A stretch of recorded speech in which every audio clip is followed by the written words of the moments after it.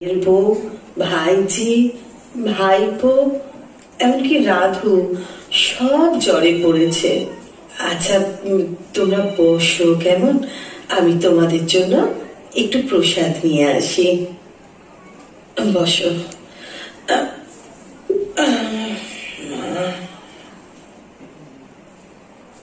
কিরে দিদি, এখন মাকে সচক্ষে দেখে কেমন লাগছে?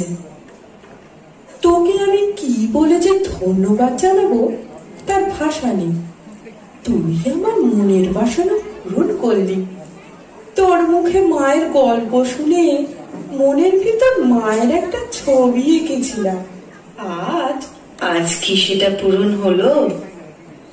তুমি আজ নতুন এসেছো, তোমায় তোমায় কি খাওয়াবো বলো তো?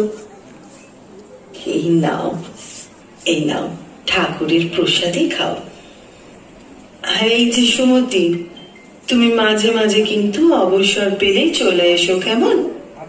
আর তুমিও চলে আসবে, তোমার সঙ্গে গল্প করব, ওদের আরাম হবে। বাবা, কি সুন্দর হয়েছে গো।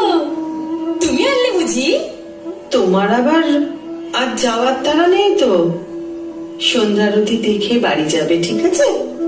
আজ গাড়ি নিয়ে এসেছি মা, কোনো চিন্তার কারণ নেই। বাবা, খুব ভালো, খুব ভালো। ঠাকুরের সামনে দুদণ্ড বসলে দেখবে মনটা অনেক হালকা হয়ে যাবে।